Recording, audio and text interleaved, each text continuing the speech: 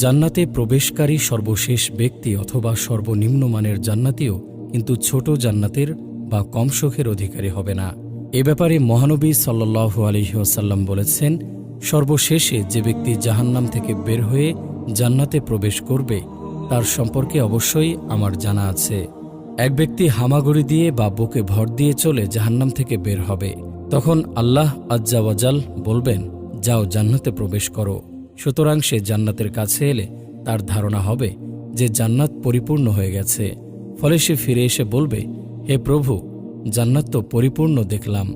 আল্লাহ আজ্জা usual বলবেন, যাও জান্নাতে প্রবেশ করো। তখন সে জান্নাতের কাছে এলে তার ধারণা হবে যে জান্নাত তো ভরে গেছে। তাই সে আবার ফিরে এসে বলবে, হে প্রভু, জান্নাত তো ভর্তি দেখলাম। তখন আল্লাহ আজ্জা ওয়াজাল বলবেন, যাও জান্নাতে প্রবেশ করো। তোমার জন্য থাকলো পৃথিবীর সমতুল্য এবং তার 10 গুণ পরিমাণ বিশাল জান্নাত, অথবা তোমার জন্য পৃথিবীর 10 গুণ পরিমাণ বিশাল জান্নাত রইল। তখন সে বলবে, হে প্রভু, তুমি কি আমার সাথে ঠাট্টা করছো অথবা আমার সাথে হাসি মজাক করছো? অথচ তুমি বাদশাহ, হাসি ঠাট্টা তোমাকে শোভা দেয় না।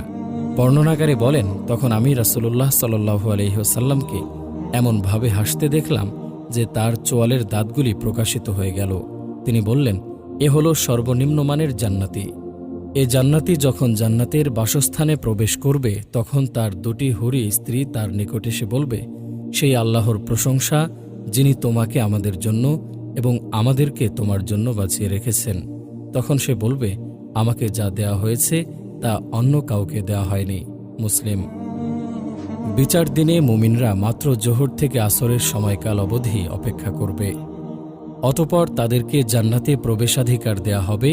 সে কি আনন্দের দিন, যেদিন ফেরেশতাগণ তাদেরকে সম্মানের সাথে চিরসুখময় বেহেশতের দিকে দলে দলে পথ দেখিয়ে নিয়ে যাবেন। কত কষ্ট ভোগা ও দেখার পর যখন জান্নাতের দরজায় পৌঁছবে তখন ফেরেশতাগণ তাদেরকে সালাম ও স্বাগত জানাবেন। মহান আল্লাহ বলেন, যারা তাদের প্রতিপালককে ভয় করে তাদেরকে দলে দলে জান্নাতের দিকে নিয়ে যাওয়া হবে। যখন তারা জান্নাতের নিকট উপস্থিত হবে এবং জান্নাতের দরজা খুলে দেয়া হবে এবং তার রক্ষীরা তাদেরকে বলবে, তোমাদের প্রতি সালাম, তোমরা সুখী হও এবং স্থায়ীভাবে বাস করার জন্য জান্নাতে প্রবেশ করো। এই জান্নাত হল সেই মুমিনদের পুরস্কার যাদের বিশ্বাস, কথা ও কর্ম শুদ্ধ ছিল, যাদের অন্তর ছিল নির্মল, কথা ছিল উত্তম এবং কর্ম ছিল সৎ। তবে বেহেশতে পৌঁছানোর আগে কিছু কষ্ট স্বীকার অবশ্যই করতে হবে। জান্নাতে যাওয়ার আগে জাহান্নামের ওপর স্থাপিত পুল আছে, সেই পুল পার হয়ে যেতে হবে জান্নাতে। পুল পার হওয়ার আগে মুমিনদের আফসোসের দেনা পাওনার প্রতিশোধ দেয়া নেয়ার ব্যবস্থা করা হবে। জান্নাত প্রবেশের জন্য আমাদের শেষ নবী আল্লাহর দরবারে সুপারিশ করবেন। রাসূলুল্লাহ সাল্লাল্লাহু আলাইহি ওয়াসাল্লাম বলেছেন, বরকতময় মহান আল্লাহ কিয়ামতের দিন সকল মানুষকে একত্রিত করবেন। অতঃপর মুমিনগণ উঠে দাঁড়াবে, এমনকি জান্নাতও তাদের নিকটবর্তী করে দেয়া হবে, যার কারণে তাদের জান্নাতে যাওয়ার ইচ্ছা প্রবল হয়ে যাবে। সুতরাং তারা আদম আলাইহিস সালামের নিকট আসবে, অতঃপর বলবে, হে আমাদের পিতা, আমাদের জন্য আল্লাহর কাছে জান্নাত খুলে দেওয়ার আবেদন করুন। তিনি বলবেন, তোমরা কি জানো না যে একমাত্র তোমাদের পিতার ভুলই তোমাদেরকে জান্নাত থেকে বহিষ্কার করেছে? সুতরাং আমি এর যোগ্য নই। তোমরা আমার ছেলে ইব্রাহিম আলাইহিস সালামের নিকট যাও। নবী সাল্লাল্লাহু আলাইহি ওয়াসাল্লাম বলেন, অতঃপর তারা ইব্রাহিম আলাইহিস সালামের নিকট যাবে। ইব্রাহিম আলাইহিস সালাম বলবেন, আমি এর উপযুক্ত নই। আমি আল্লাহর খলিল ছিলাম বটে, কিন্তু এত উচ্চ মর্যাদার অধিকারী নই। অতএব তোমরা মূসা আলাইহিস সালামের নিকট যাও, যার সঙ্গে আল্লাহ সরাসরি কথা বলেছেন। ফলে তারা মূসার নিকট যাবে, কিন্তু তিনি বলবেন, আমি এর যোগ্য নই। তোমরা আল্লাহর কালেমা ও তার রূহ ঈসার নিকট যাও। কিন্তু ঈসাও বলবেন, আমি এর উপযুক্ত নই। অতঃপর তারা মুহাম্মদ সাল্লাল্লাহু আলাইহি ওয়াসাল্লামের নিকট আসবে। সুতরাং তিনি দাঁড়াবেন, অতঃপর তাকে দরজা খোলার অনুমতি দেয়া হবে আর আমানত ও আত্মীয়তার বন্ধনকে ছেড়ে দেয়া হবে। সুতরাং উভয়ে পুলসিরাতের দুদিকে ডানে ও বামে দাঁড়িয়ে যাবে। অতঃপর তোমাদের প্রথম দল বিদ্যুৎ গতিতে অতি দ্রুত বেগে পুল পার হয়ে যাবে।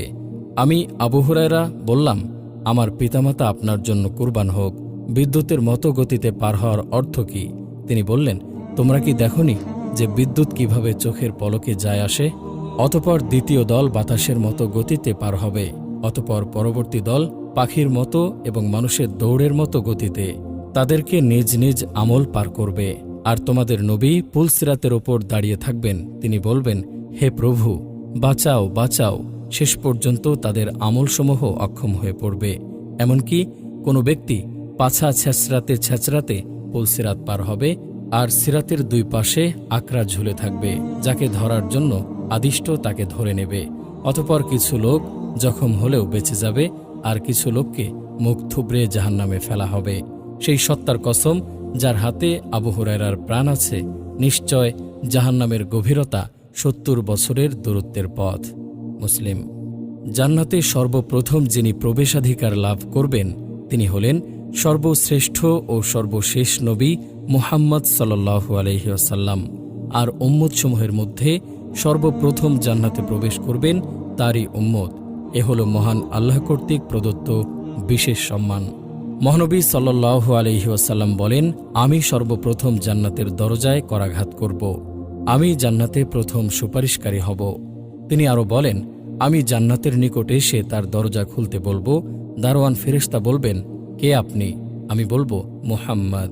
দারোয়ান বলবেন, আমি আদিষ্ট হয়েছি যেন আপনার পূর্বে অন্য কারো জন্য দরজা না খুলি। তিনি আরও বলবেন, আমরা দুনিয়ায় সর্বশেষে এসেছি, আখেরাতে সর্বপ্রথম কিয়ামতে উপস্থিত হব এবং আমরাই সর্বপ্রথম জান্নাতে প্রবেশ করব। এ উম্মতের মধ্যে সর্বপ্রথম যে দলটি জান্নাতে প্রবেশ করবে তা হল মুহাজিরিনের। সর্বপ্রথম একটি দল জান্নাতে প্রবেশ করবে, তাদের চেহারা হবে পূর্ণিমার চাঁদের মতো উজ্জ্বল। যে দলের ঈমান হবে সর্বোচ্চ শিখরে, তাকওয়া ও পরহেজগারি হবে সবার শীর্ষে এবং আমল হবে সবচেয়ে উত্তম। রাসূলুল্লাহ সাল্লাল্লাহু আলাইহি ওয়াসাল্লাম বলেছেন, জান্নাতের প্রথম প্রবেশকারী দলটির আকৃতি পূর্ণিমা রাতের চাঁদের মতো হবে। অতঃপর তাদের পরবর্তী দলটি আকাশের সবচেয়ে উজ্জ্বল নক্ষত্রের ন্যায় জ্যোতির্ময় হবে। তারা জান্নাতে পেশাব করবে না, পায়খানা করবে না, থুথু ফেলবে না, নাক ঝাড়বে না। তাদের চিরুনি হবে স্বর্ণের, তাদের ঘাম হবে কস্তুরীর ন্যায় সুগন্ধময়, তাদের ধনুচিতে থাকবে সুগন্ধ কাঠ, তাদের স্ত্রী হবে আয়তলোচনা হুরগণ। তারা সকলেই একটি মানব কাঠামো আদিপিতা আদমের আকৃতিতে হবে, যাদের উচ্চতা হবে ৬০ হাত পর্যন্ত। বুখারী মুসলিম। অন্য এক বর্ণনায় আছে যে জান্নাতে তাদের পাত্র হবে স্বর্ণের, তাদের গায়ের ঘাম হবে কস্তুরীর ন্যায় সুগন্ধময়।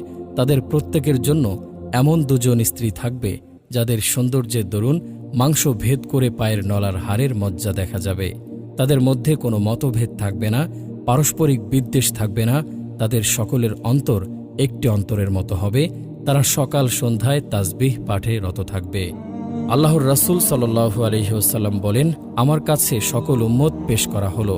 আমি দেখলাম কোন নবীর সাথে কতিপয় ৩ থেকে ৭ জন অনুসারী লোক রয়েছে, কোন নবীর সাথে ১ অথবা ২ জন লোক রয়েছে, কোন নবীকে দেখলাম তার সাথে কেউ নেই। ইতিমধ্যে বিরাট একটি জামাত আমার সামনে পেশ করা হলো। আমি মনে করলাম এটি আমার উম্মত, কিন্তু আমাকে বলা হলো যে এটি হলো মূসা ও তার উম্মতের জামাত। কিন্তু আপনি অন্য দিগন্তে তাকান। অতঃপর তাকাতেই আরও একটি বিরাট জামাত দেখতে পেলাম। আমাকে বলা হলো যে এটি হলো আপনার উম্মত, আর তাদের সঙ্গে রয়েছে এমন ৭০,০০০ লোক যারা বিনা হিসাব ও আযাবে বেহেশতে প্রবেশ করবে।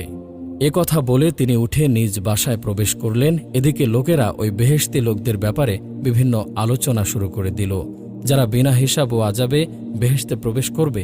কেউ কেউ বলল, সম্ভবত ওই লোকেরা হলো তারা যারা আল্লাহর রাসূল সাল্লাল্লাহু আলাইহি ওয়াসাল্লামের সাহাবা। কিছু লোক বলল, বরং সম্ভবত ওরা হলো তারা যারা ইসলামে জন্মগ্রহণ করেছে এবং আল্লাহর সাথে কাউকে শরিক করেনি। আরও অনেকে অনেক কিছু বলল। কিছুক্ষণ পরে আল্লাহর রাসূল সাল্লাল্লাহু আলাইহি ওয়াসাল্লাম তাদের নিকট বের হয়ে এসে বললেন, তোমরা কি ব্যাপারে আলোচনা করছো? তারা ব্যাপার খুলে বললে তিনি বললেন, ওরা হলো তারা যারা ঝাড়ফুঁক করে না, ঝাড়ফুঁক করায় না এবং কোনো জিনিসকে অশুভ লক্ষণ মনে করে না, বরং তারা কেবল আল্লাহর প্রতি ভরসা রাখে। এ কথা শুনে উক্কাশাহ ইবনে মিহসান উঠে দাঁড়ালেন এবং বললেন যে, হে আল্লাহর রাসূল, আপনি আমার জন্য দোয়া করুন যেন আল্লাহ আমাকে তাদের দলভুক্ত করে দেন। তিনি বললেন, তুমি তাদের মধ্যে একজন। অতঃপর আরেক ব্যক্তি উঠে দাঁড়িয়ে বলল, আপনি আমার জন্য দোয়া করুন যেন আল্লাহ আমাকেও তাদের দলভুক্ত করে দেন। তিনি বললেন, উক্কাশাহ এ ব্যাপারে তোমার অগ্রগমন করেছে। বুখারী মুসলিম। শুধু ৭০,০০০ই নয়, বরং ওই ৭০,০০০-এর প্রত্যেক হাজারের সাথে আরও ৭০,০০০ করে অর্থাৎ ৪৯ লক্ষ মুসলিম জান্নাতে প্রবেশের সুযোগ লাভ করবে। অন্য বর্ণনা মতে ওই ৭০,০০০-এর প্রত্যেক ব্যক্তির সাথে আরও ৭০,০০০ করে মুসলিম জান্নাতে প্রবেশ করবে।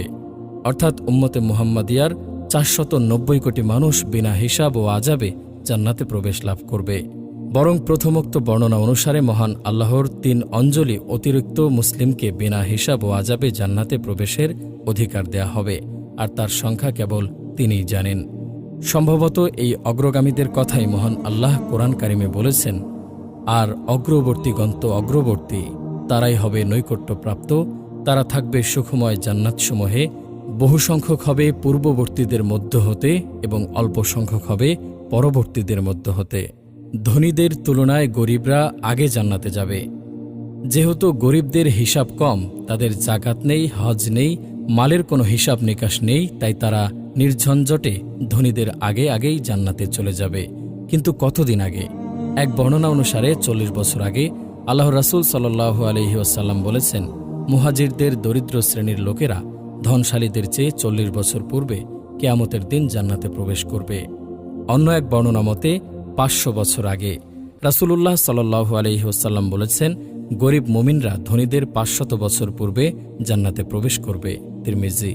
আসলে ধনী ও গরিবদের অবস্থা ভেদে সময়ের এই পার্থক্য হবে।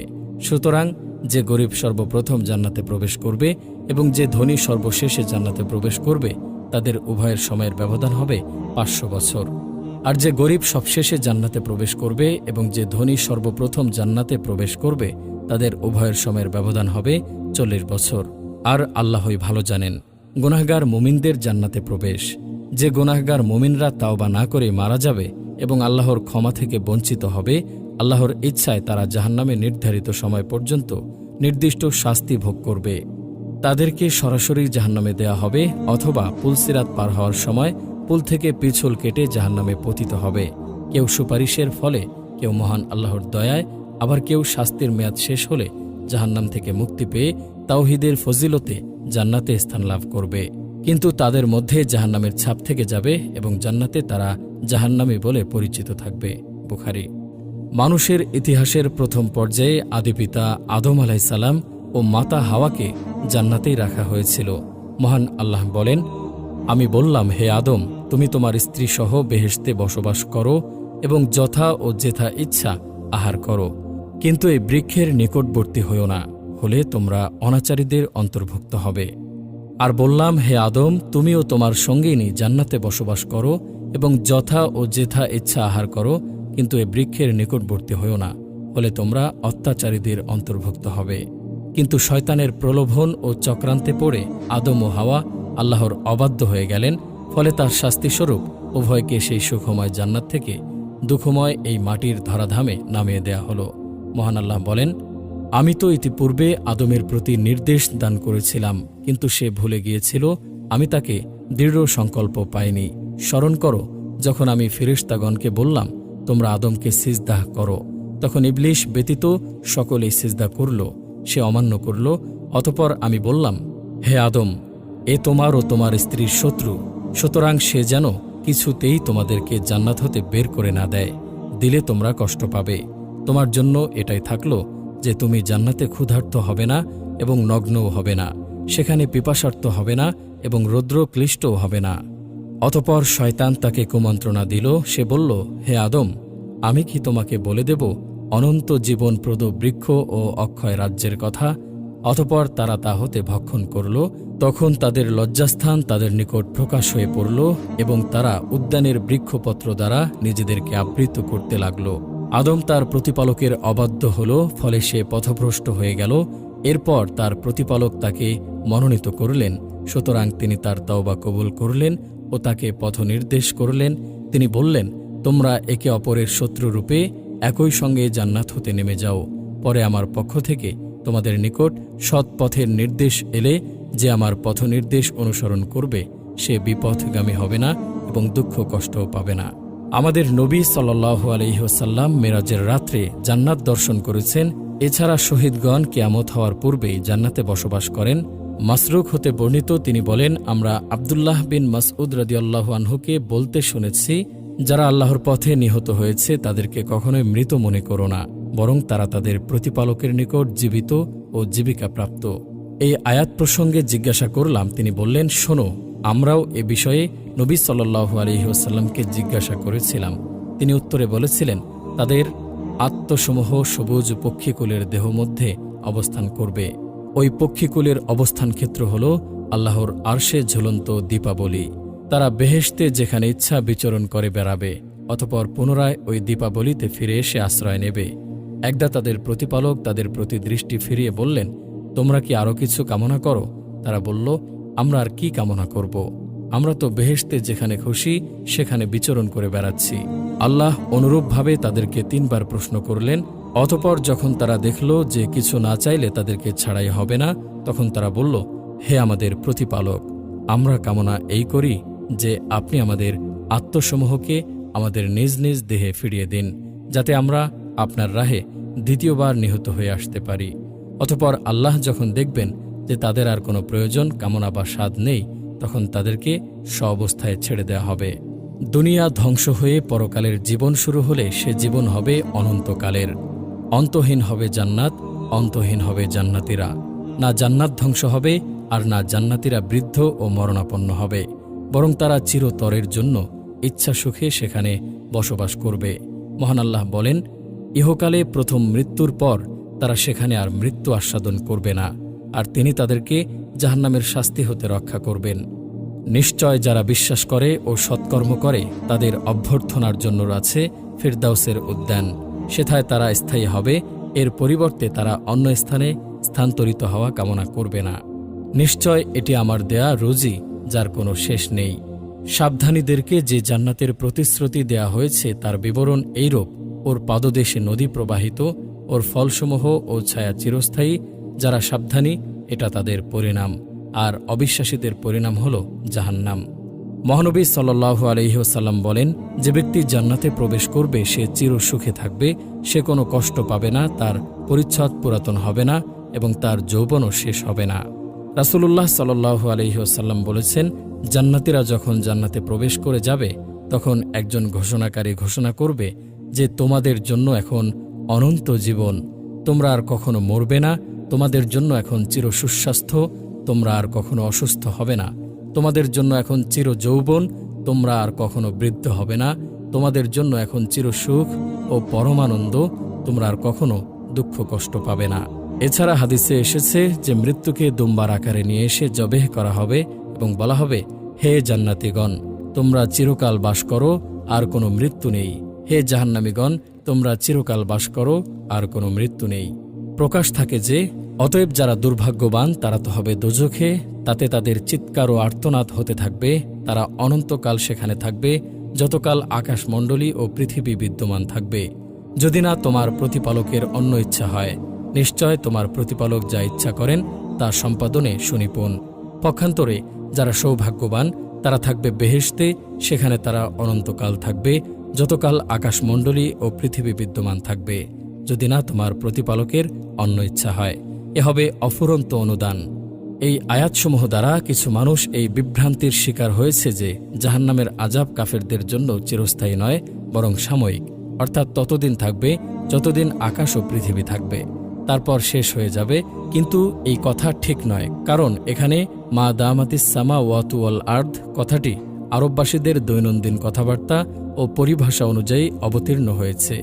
আরববাসীদের অভ্যাস ছিল যে যখন তারা কোনো বস্তুর চিরস্থায়িত্ব প্রমাণ করার উদ্দেশ্য হতো তখন তারা বলতো, হাজা দাউমুস সামাওয়াতি ওয়াল আরদ, এই বস্তু আকাশ ও পৃথিবীর মতো চিরস্থায়ী।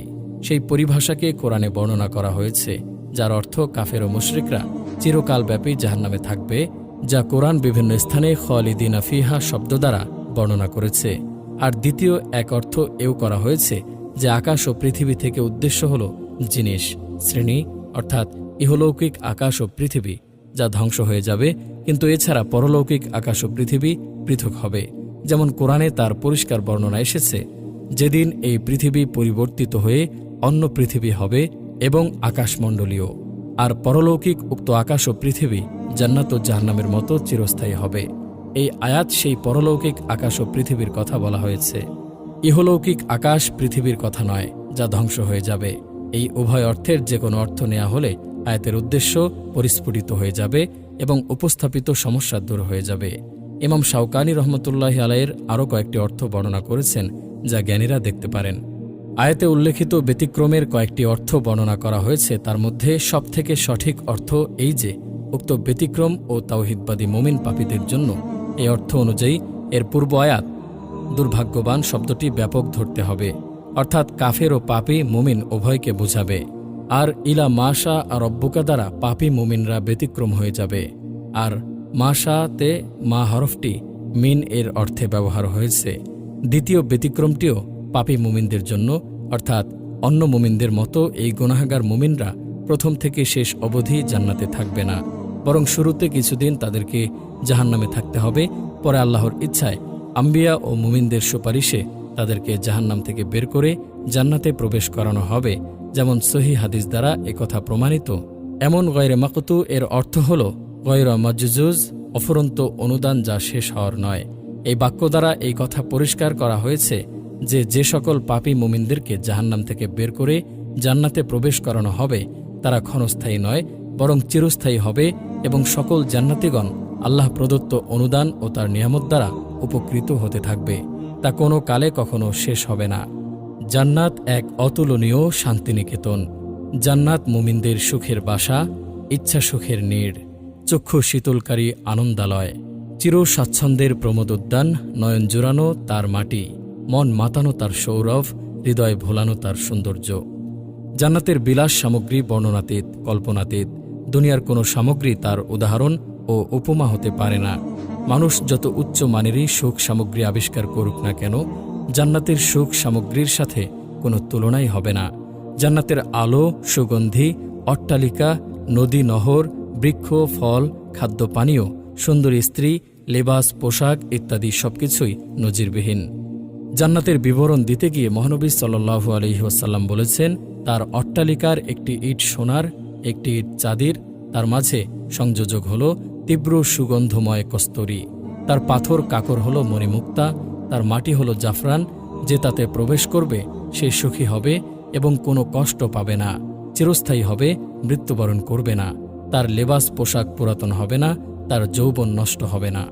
মহান আল্লাহ তাআলা বলেছেন, তুমি দেখলে সেখানে দেখতে পাবে ভোগবিলাসের উপকরণ এবং বিশাল রাজ্য। এছাড়া মহান আল্লাহ যা গুপ্ত রেখেছেন তা মানুষের কল্পনার বাইরে। রাসূলুল্লাহ সাল্লাল্লাহু আলাইহি ওয়াসাল্লাম বলেন, মহান আল্লাহ বলেছেন, আমি আমার পুণ্যবান বান্দাদের জন্য এমন জিনিস প্রস্তুত রেখেছি যা কোনো চক্ষু দর্শন করেনি, কোনো কর্ণ শ্রবণ করেনি এবং যার সম্পর্কে কোনো মানুষের মনে ধারণাও জন্মেনি। তোমরা চাইলে এই আয়াতটি পাঠ করতে পারো, যার অর্থ কেউই জানে না, তার জন্য তার কত কর্মের বিনিময় স্বরূপ নয়ন প্রীতিকর কি পুরস্কার লুকিয়ে রাখা হয়েছে। জান্নাতে বিভিন্ন দরজা আছে, যে দরজা দিয়ে মুমিনগণ প্রবেশ করবে এবং প্রবেশ করবে ফেরেশতাগণও। মহান আল্লাহ বলেন, চিরস্থায়ী জান্নাত যার দ্বার উন্মুক্ত থাকবে তাদের জন্য। চিরস্থায়ী জান্নাত, তাতে তারা প্রবেশ করবে এবং তাদের পিতামাতা, পতিপত্নী ও সন্তান সন্ততিদের মধ্যে যারা সৎকর্ম করেছে তারাও। আর ফেরেশতাগণ তাদের কাছে প্রবেশ করবে প্রত্যেক দরজা দিয়ে। তারা বলবে, তোমরা ধৈর্য ধারণ করেছ বলে তোমাদের প্রতি শান্তি, কতই না ভালো এই পরিণাম। মুমিনগণ যখন জান্নাতের কাছে পৌঁছবে তখন সেই দরজাসমূহ খোলা হবে, ফেরেশতাগণ তাদেরকে অভ্যর্থনা জানাবে। মহান আল্লাহ বলেন, যারা তাদের প্রতিপালককে ভয় করত তাদেরকে দলে দলে জান্নাতের দিকে নিয়ে যাওয়া হবে। যখন তারা জান্নাতের নিকট উপস্থিত হবে এবং জান্নাতের দরজা খুলে দেওয়া হবে এবং তার রক্ষীরা তাদেরকে বলবে, তোমাদের প্রতি সালাম, তোমরা সুখী হও এবং স্থায়ীভাবে বাস করার জন্য জান্নাতে প্রবেশ করো। মহানবী সাল্লাল্লাহু আলাইহি ওয়াসাল্লাম জানিয়েছেন যে জান্নাতের দরজাসমূহ প্রত্যেক বছর রমজান মাসে খুলে দেওয়া হয়। নবী সাল্লাল্লাহু আলাইহি ওয়াসাল্লাম বলেছেন, মাহে রমজানের আগমন ঘটলে জান্নাতের দরজাসমূহ খুলে দেওয়া হয়, জাহান্নামের দরজাসমূহ বন্ধ করে দেওয়া হয় এবং শয়তানদেরকে শৃঙ্খলিত করা হয়।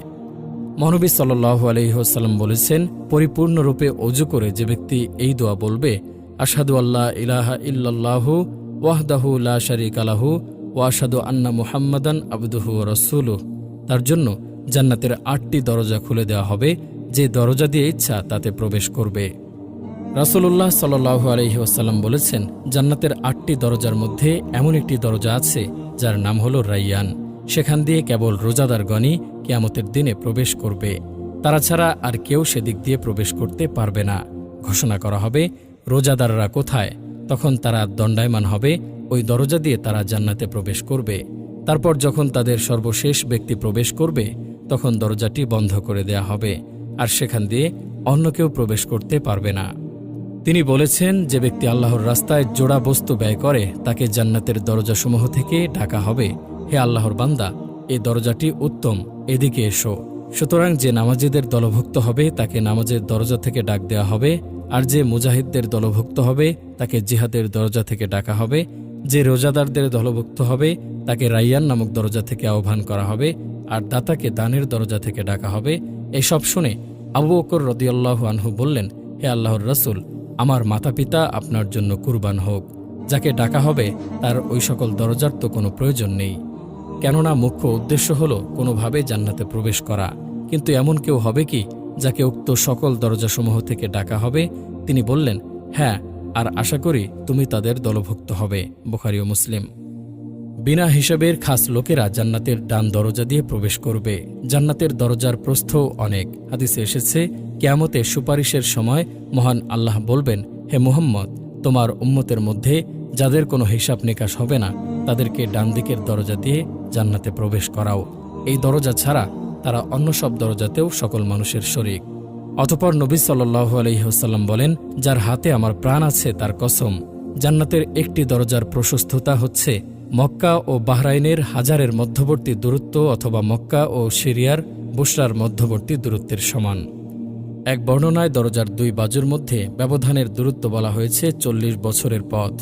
জান্নাত প্রবেশকালে তা ভিড়ে পরিপূর্ণ হয়ে উঠবে। আর আল্লাহই ভালো জানেন, কেউ কেউ 8টি জান্নাতের নাম উল্লেখ করলেও আসলে সে নামগুলি সকল জান্নাতেরই গুণবাচক নাম। অবশ্য কোনো কোনো জান্নাতের নাম স্পষ্টত উল্লেখ করা হয়েছে, যার বিবরণ ফিরদাউস। এ জান্নাত সম্বন্ধে মহান আল্লাহ বলেছেন, নিশ্চয় যারা বিশ্বাস করে ও সৎকর্ম করে তাদের অভ্যর্থনার জন্য আছে ফিরদাউসের উদ্যান, সেথায় তারা স্থায়ী হবে।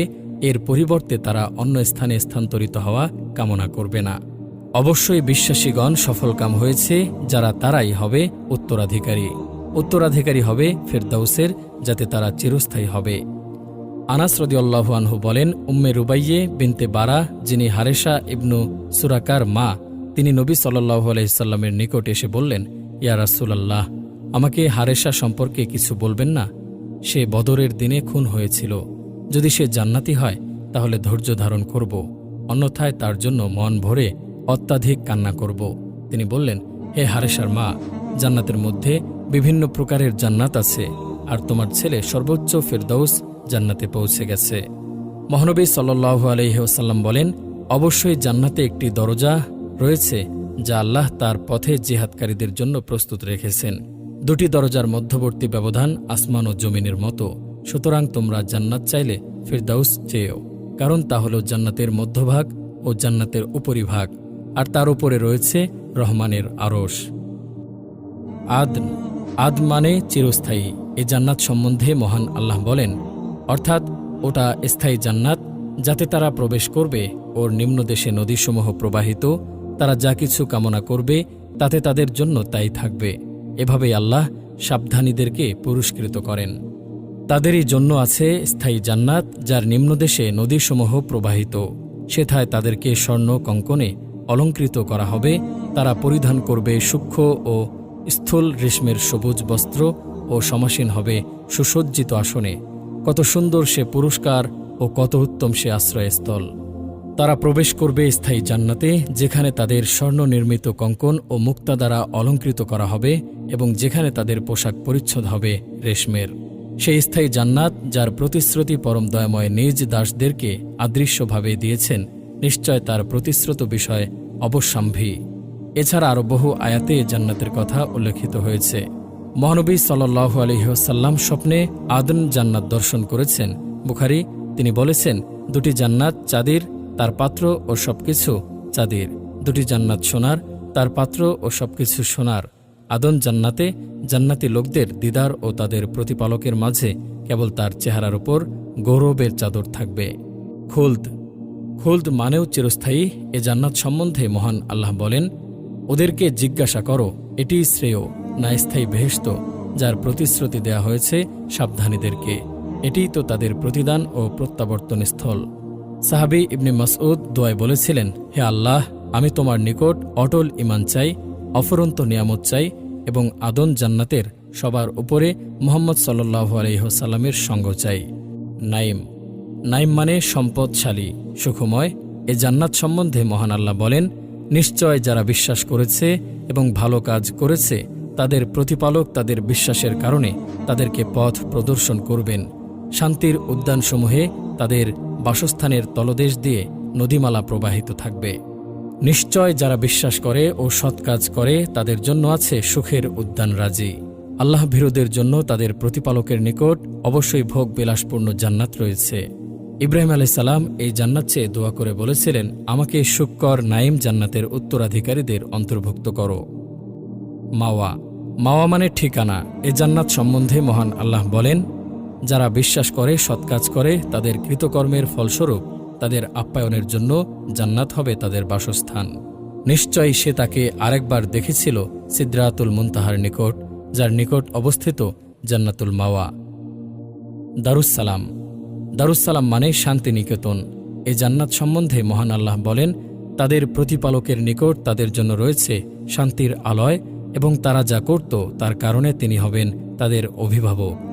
আল্লাহ মানুষকে শান্তির আবাসের দিকে আহ্বান করেন এবং যাকে ইচ্ছা সরল পথ প্রদর্শন করেন। দারুল মুকামাহ দারুল মুকামাহ মানে স্থায়ী। এ জান্নাত সম্বন্ধে মহান আল্লাহ বলেন, যিনি নিজ অনুগ্রহে আমাদেরকে স্থায়ী আবাস দান করেছেন, সেখানে আমাদেরকে কোনো প্রকার ক্লেশ স্পর্শ করে না এবং স্পর্শ করে না কোনো প্রকার ক্লান্তি। রাইয়ান রাইয়ান মানে তৃষ্ণাহীন। তৃষ্ণা ও পিপাসায় যারা কষ্ট পেয়েছে তাদেরকে এই জান্নাত দেয়া হবে। এই জান্নাত সম্বন্ধে নবী সাল্লাল্লাহু আলাইহি ওয়াসাল্লাম বলেন, জান্নাতের এক প্রবেশদ্বার রয়েছে যার নাম রাইয়ান। কিয়ামতের দিন ওই দ্বার দিয়ে রোজাদারগণ প্রবেশ করবে, তারা ছাড়া আর কেউই ওই দ্বার দিয়ে প্রবেশ করবে না। রোজাদারগণ প্রবিষ্ট হয়ে গেলে দ্বার রুদ্ধ করা হবে, ফলে সে দ্বার দিয়ে আর কেউ প্রবেশ করবে না। আদ-দারুল আখিরাহ আদ-দারুল আখিরা মানে পরকালের আবাস। এ জান্নাত সম্বন্ধে মহান আল্লাহ বলেন, আর পার্থিব জীবন তো ক্রীড়া কৌতুক বই আর কিছুই নয়, এবং যারা সাবধানতা অবলম্বন করে তাদের জন্য পরকালের আবাসই শ্রেয়। তোমরা কি তা অনুধাবন করো না? এ পরলোকের আবাস যা আমি নির্ধারিত করি তাদেরই জন্য, যারা এ পৃথিবীতে উদ্বুদ্ধ হতে ও বিপর্যয় সৃষ্টি করতে চায় না। সাবধানীদের জন্য শুভ পরিণাম। দারুল হায়াওয়ান দারুল হায়াওয়ান মানে চিরজীবনের ঘর। এ জান্নাত সম্বন্ধে মহান আল্লাহ বলেন, এ পার্থিব জীবন তো খেলতামাশা ছাড়া কিছুই নয়, আর পরলৌকিক জীবনেই তো প্রকৃত জীবন, যদি ওরা জানত। দারুল কারার দারুল কারার মানে স্থায়ী গৃহ। এ জান্নাত সম্বন্ধে মহান আল্লাহ বলেন, হে আমার সম্প্রদায়, এ পার্থিব জীবন তো অস্থায়ী উপভোগের বস্তু, আর নিশ্চয় পরকাল হচ্ছে চিরস্থায়ী আবাস। আল মাকামুল আমিন আল মাকামুল আমিন মানে নিরাপদ স্থান। এ জান্নাত সম্বন্ধে মহান আল্লাহ বলেন, নিশ্চয় সাবধানীরা থাকবে নিরাপদ স্থানে। মাকআদুস সিদক মানে যথাযোগ্য আসন। এ জান্নাত সম্বন্ধে মহান আল্লাহ বলেন, সাবধানীরা থাকবে জান্নাতে ও নহরে যথাযোগ্য আসনে সর্বভৌম ক্ষমতার অধিকারী সম্রাটের সান্নিধ্যে। তুবা মহানবী সাল্লাল্লাহু আলাইহি ওয়াসাল্লাম বলেছেন, ওই বান্দার জন্য তুবা যে আল্লাহর পথে নিজের ঘোড়ার লাগাম ধরে প্রস্তুত আছে, যার মাথার কেশ আলুথালু, যার পদযুগলে ধুলোমলিন, তাকে পাহারার কাজে নিযুক্ত করলে পাহারার কাজে নিযুক্ত থাকে, আর তাকে সৈন্যদলের পশ্চাতে দেখাশোনার কাজে নিয়োজিত করলে সৈন্যদলের পশ্চাতে থাকে। যদি সে কারো সাক্ষাতের অনুমতি চায় তাহলে তাকে অনুমতি দেয়া হয় না, এবং কারোর জন্য সুপারিশ করলে তার সুপারিশ গ্রহণ করা হয় না। জ্ঞাতব্য যে তুবা জান্নাতের একটি গাছের নামও বলা হয়েছে, অথবা তার অর্থ হল আনন্দ বা কল্যাণময় জীবন।